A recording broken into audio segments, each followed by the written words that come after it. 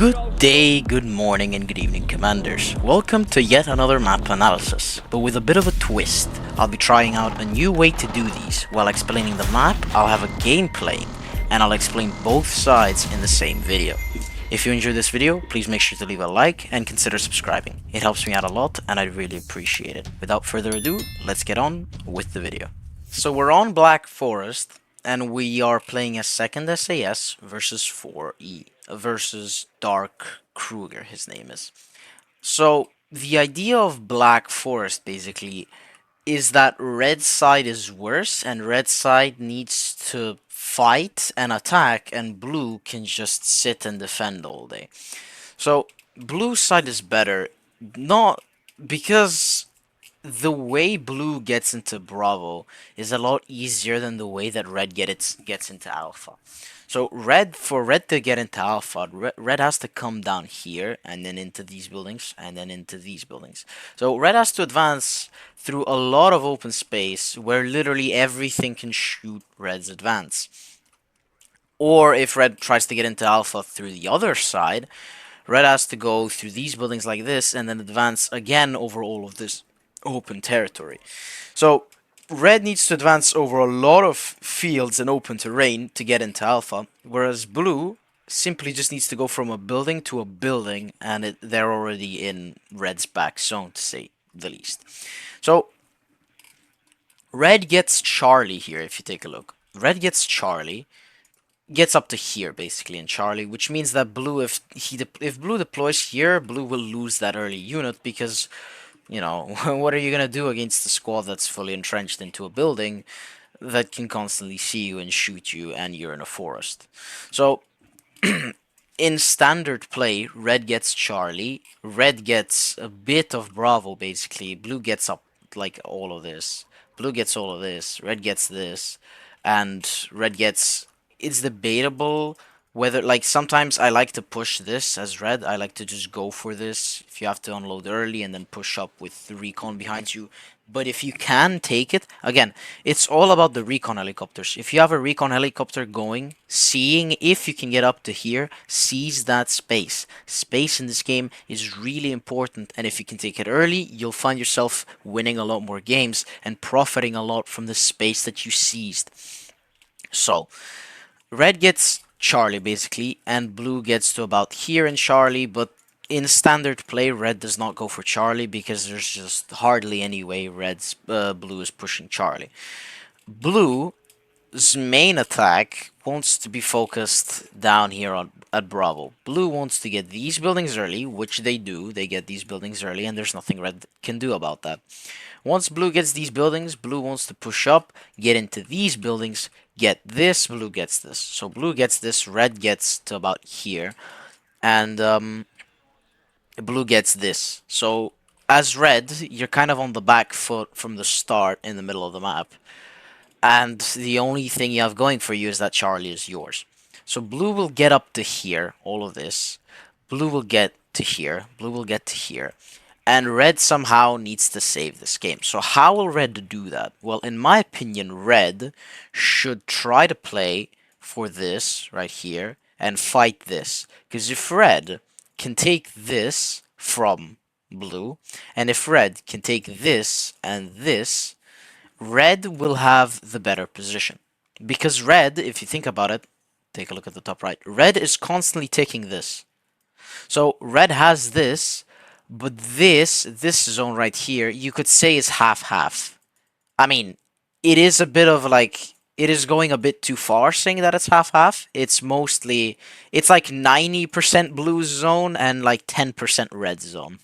Because red can still put a CV into the forest here, but that CV is constantly going to get shot at by these buildings and by these forests that blue gets everywhere. So that's why this is basically blue's zone, and up here on the right, this is red zone. So red, if red wants to win this game, all red has to do is take these positions. If you want, you can take this. This will allow you to have play later on for Alpha.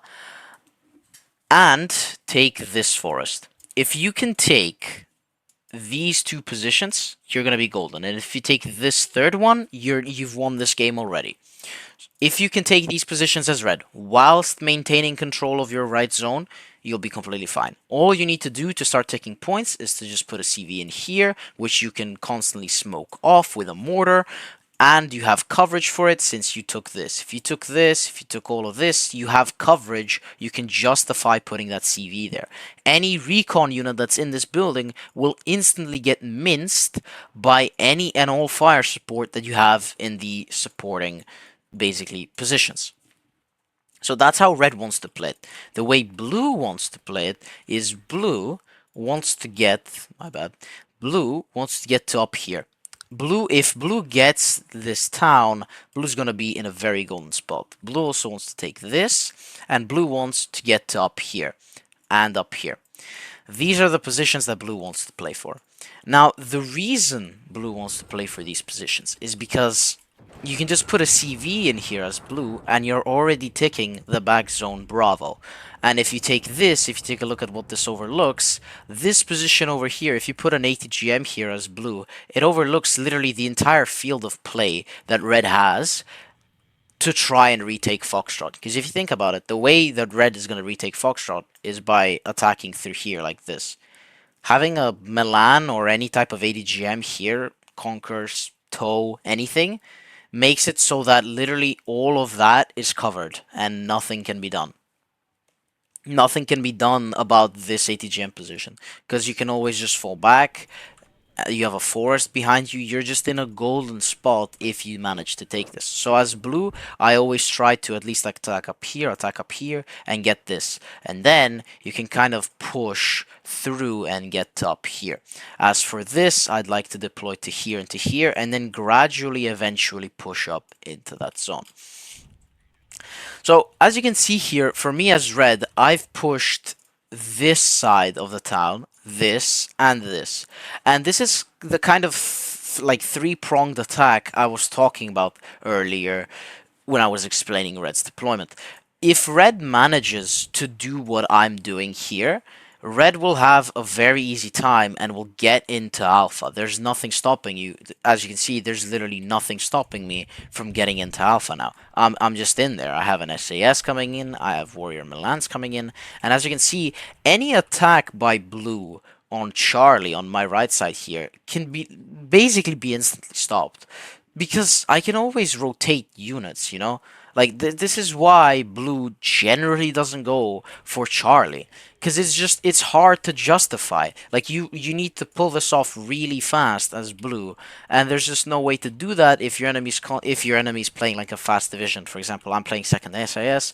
I can immediately just get air and immediately stop all of this. I can get Warrior Milans. I can get helicopters. I can get quick challengers. I can get quick heliborne infantry. There's just no way for blue to take Charlie here. And as you can see, I've kind of blitzed my opponent already, and I've managed. I'm in his alpha zone. I'm in Foxtrot, and I've like completely retaken Bravo.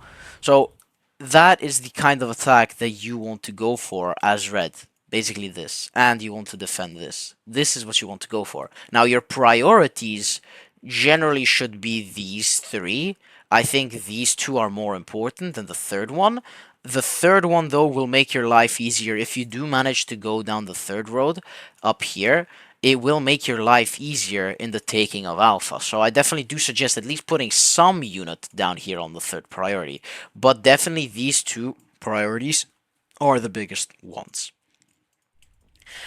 And basically, this is also kind of like a strat of basically offense is the best defense, because by pushing your enemy out early out of here, you've completely defended Bravo. If you recall, what blue wanted to play for, blue's victory condition, was to put a CV into Bravo and hold the right. What blue wanted to do was just hold this, and put a CV in here, and then start taking points.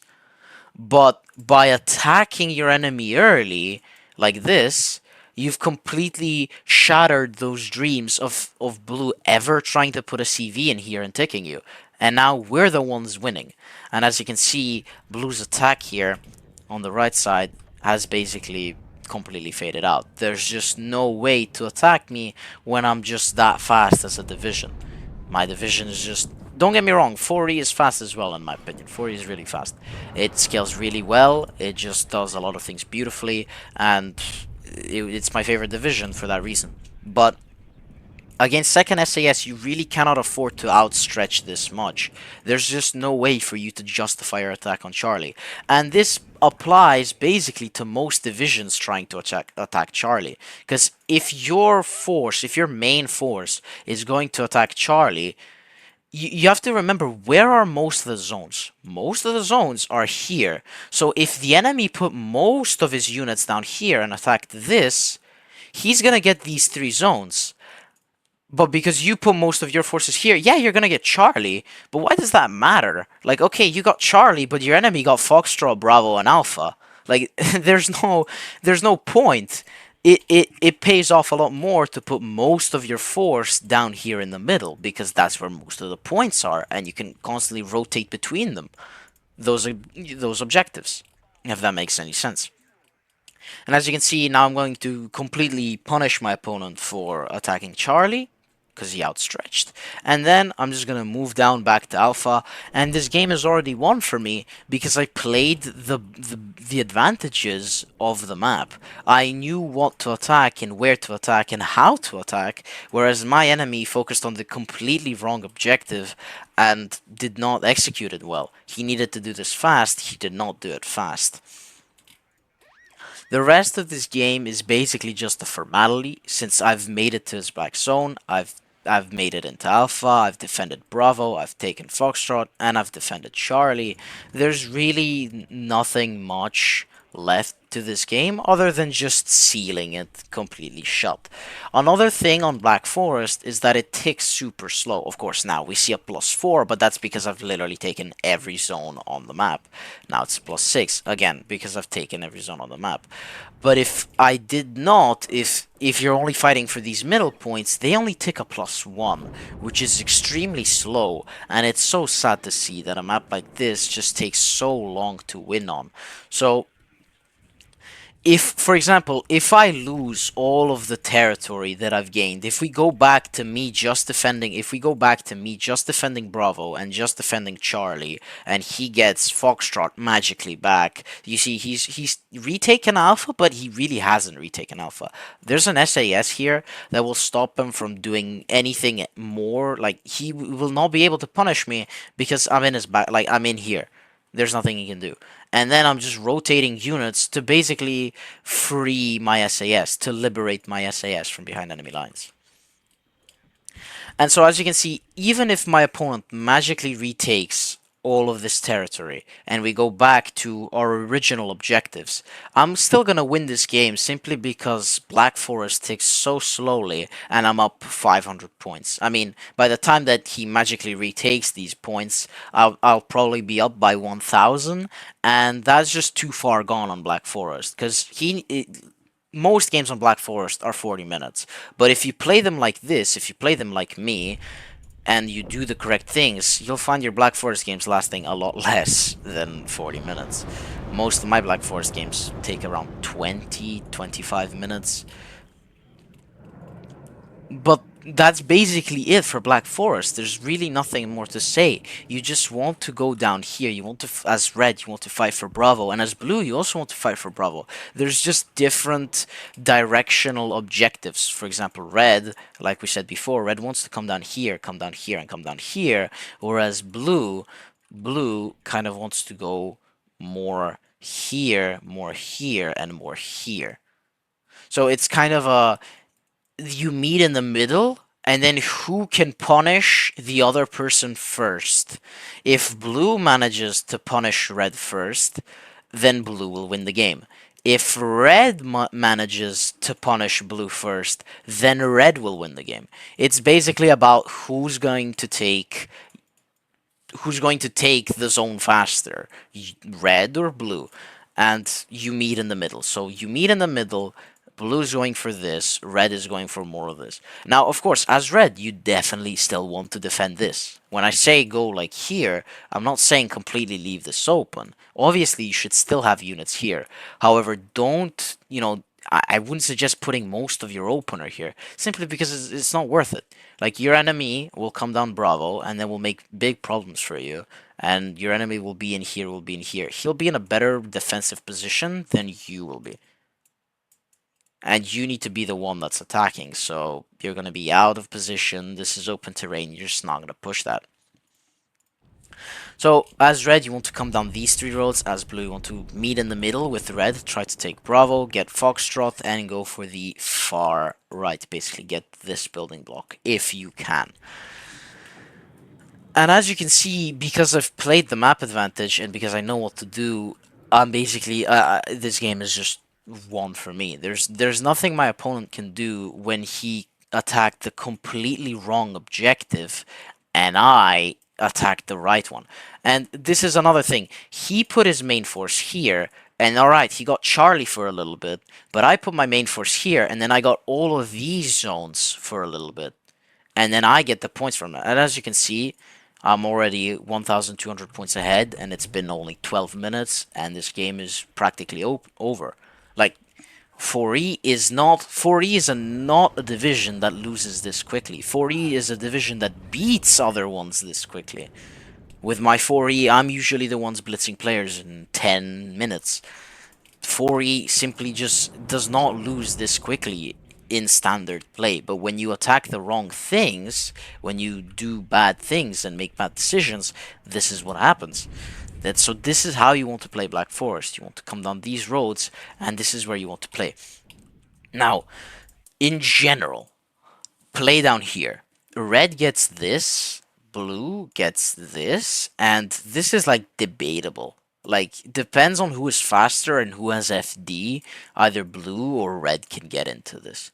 But of course, if you're unsure, always have a recon helicopter, because it will make it so much easier, and it will allow you to see space. If you recall at the start of the game, the reason I knew that all of this was open territory was the reason my games end so quickly is because I always call the bluff of my opponents. Because let's be real, everyone in WARNO bluffs at some point. Everyone in WARNO is like, alright, I'm just gonna put a unit here, and then I hope that they don't push it. And so the way nowadays to call this kind of bluff effectively is to just go with a recon helicopter and see what they have there. If they have nothing, then you just know that it's free. It's free real estate. And that's how I knew that I saw that my opponent was stacking this, and as soon as I saw that, my recon helicopters immediately went to suicide and see what my enemy had here. And when I saw that there was basically nothing, I just picked up all of my units, loaded them back up into their transports, and seized all the space that my opponent is giving me. So that's how you want to play, and that's why recon helicopters at the start of the game are so crucial. They're really important, and they will win you a lot more games. Trust me. Start with at least 2 recon helicopters in every game, and you'll find yourself winning and punishing your opponent a lot more frequently. Now, for the left side, like we said before, blue gets to basically up here. Blue gets to here, and blue wants to push down here. Now, for red, you generally want to deploy here, and here, and here. Now, pick between these two buildings, or you can go to both, but I don't really like playing both of these buildings. I like playing one of them, so either this one and this one, or this one and this one. And the way that I like to defend, quote unquote, defend this zone is by basically, like I talk in every single one of my videos, it's a vertical and horizontal defense. I want to attack up here and then rotate to the left, and that is how I defend this zone. It's super simple and it's super easy. You just need to do it this way. You have to stop thinking two-dimensionally and think in like the third dimension. You have to realize that there's depth to the map. There's depth to take. WARNO is not a game of simple just front line, and then you charge at each other. That's not what it's about. It's about depth and seizing as much space as you can. For example, if you had all of this as red, taking Foxtrot would literally be a piece of cake. Even though your enemy has this, and even if your enemy has this, and even if your enemy has all of this, taking Foxtrot from this position is super doable. If you give me red's position, where basically red has all of this, like this, and red has all of this, and blue has here and here and here, I will take Foxtrot from blue 99% of the time. Simply because it's all about that depth. It's all about that. And like there's nothing you can do when red is going like this. So as blue, you have to make sure that you do not allow red to go deep. If you allow red to go deep like this, there's nothing you can do. This game is lost for blue if you allow red to get up to here and get up to here. This game is lost for blue. Unless something happened on the left and blue now magically has control of Charlie and red has control of Foxtrot and red took this and this. But even from this position, I would say blue is lost, simply because there's no way for blue to win. If you enjoyed this video, please make sure to leave a like and consider subscribing. It helps me out a ton and I'd really appreciate it. See you in the next video, Commanders.